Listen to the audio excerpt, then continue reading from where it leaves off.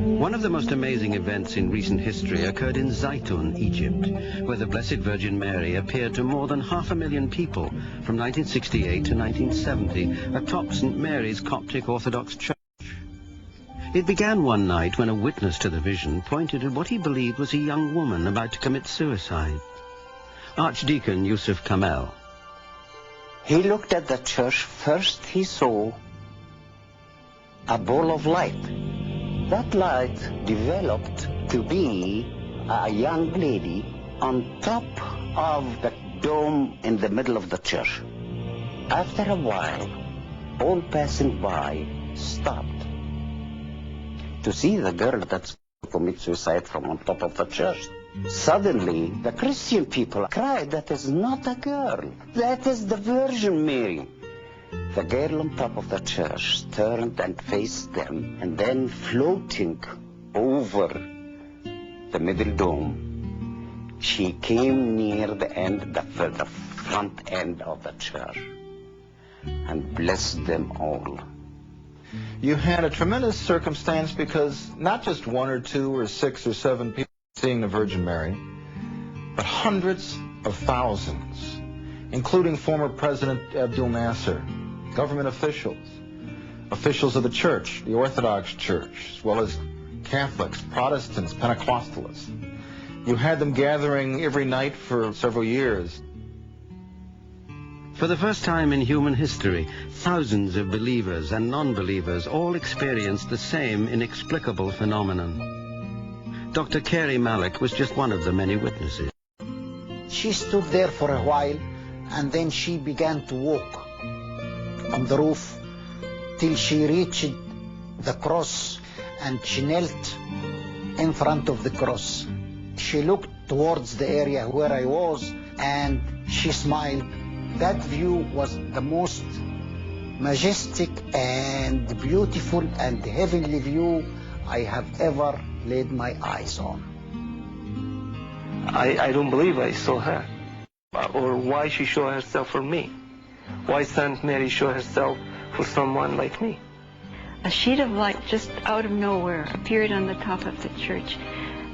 And my sister-in-law says, "Look, she's standing there." She came down, she stood on the ground beside the church. And then she moved into the church, and then she vanished. Many hundreds and then thousands, then tens of thousands and hundreds of thousands of people congregated there and for themselves saw phenomena and strange smoke and what looked like nearly luminous birds or doves. And this went on for several years to the point where, by some estimates, 1 million people saw the Virgin Mary in Zeitoun or some type of supernatural phenomena. The question is, why Zeitoun? Why Egypt in the mid-1960s when the Middle East was a powder keg? War was in the air, a massacre had been plotted. The homes of Christians were marked for blood. Peace, it seems, would take a miracle. They marked every house of the Christians with a red cross, and then appeared the Virgin Mary. And instead of taking revenge of them, she cured them, healed them, gave them sight. The paralyzed began to walk. I heard a man shouting, "I see, I see." I was told the man was a blind Muslim and the Holy Mother gave him back his eyesight. I can see. His eyes were opened and saw the figure of the Virgin in front of him on top of the church.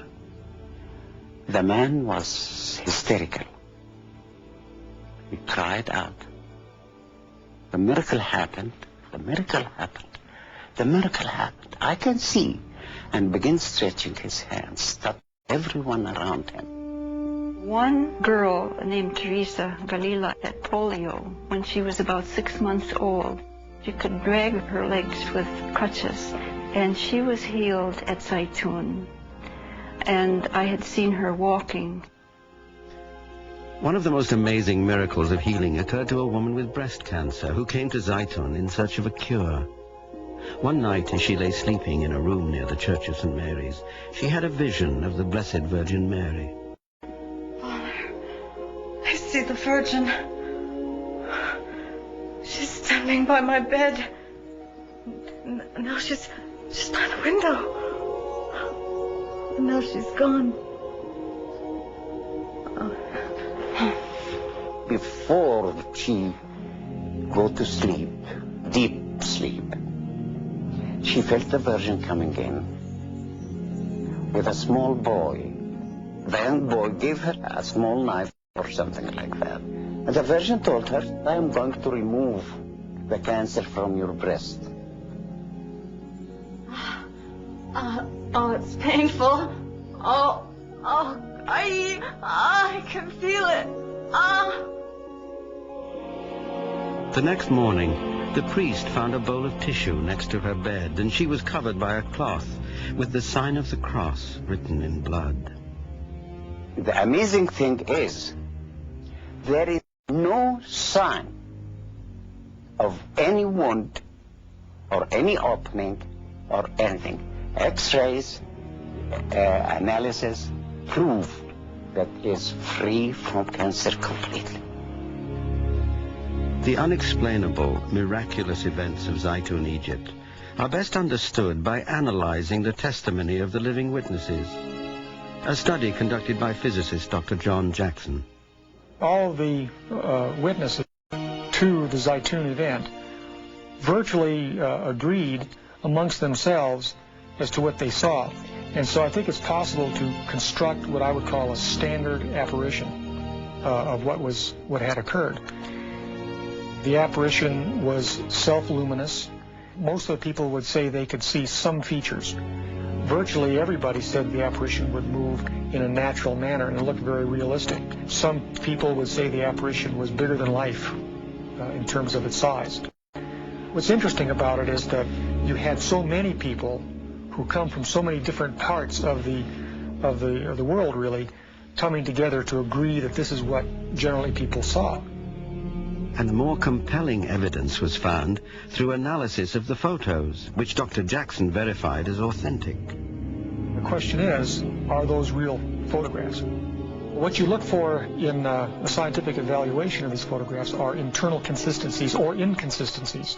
I spent a lot of time studying those photographs and I can't see any inconsistencies. So if that's true, then that would argue that the apparition was able to generate physical light that was able to go to a camera, go through the optics, record itself on the photographic emulsion of the film as a photochemical reaction, and hence you have something physical associated with the apparitions. On the anniversary of the apparition at Zeitoun, Pope Kyrillos VI declared that this was indeed an authentic appearance of the Blessed Virgin Mary, whose silent message of love and hope had miraculously brought peace to the religious conflict within Egypt. Something very strange has happened here, perhaps something profound. You might be dealing with a phenomenon that lies out of heretofore classical science, and we have to be prepared for that.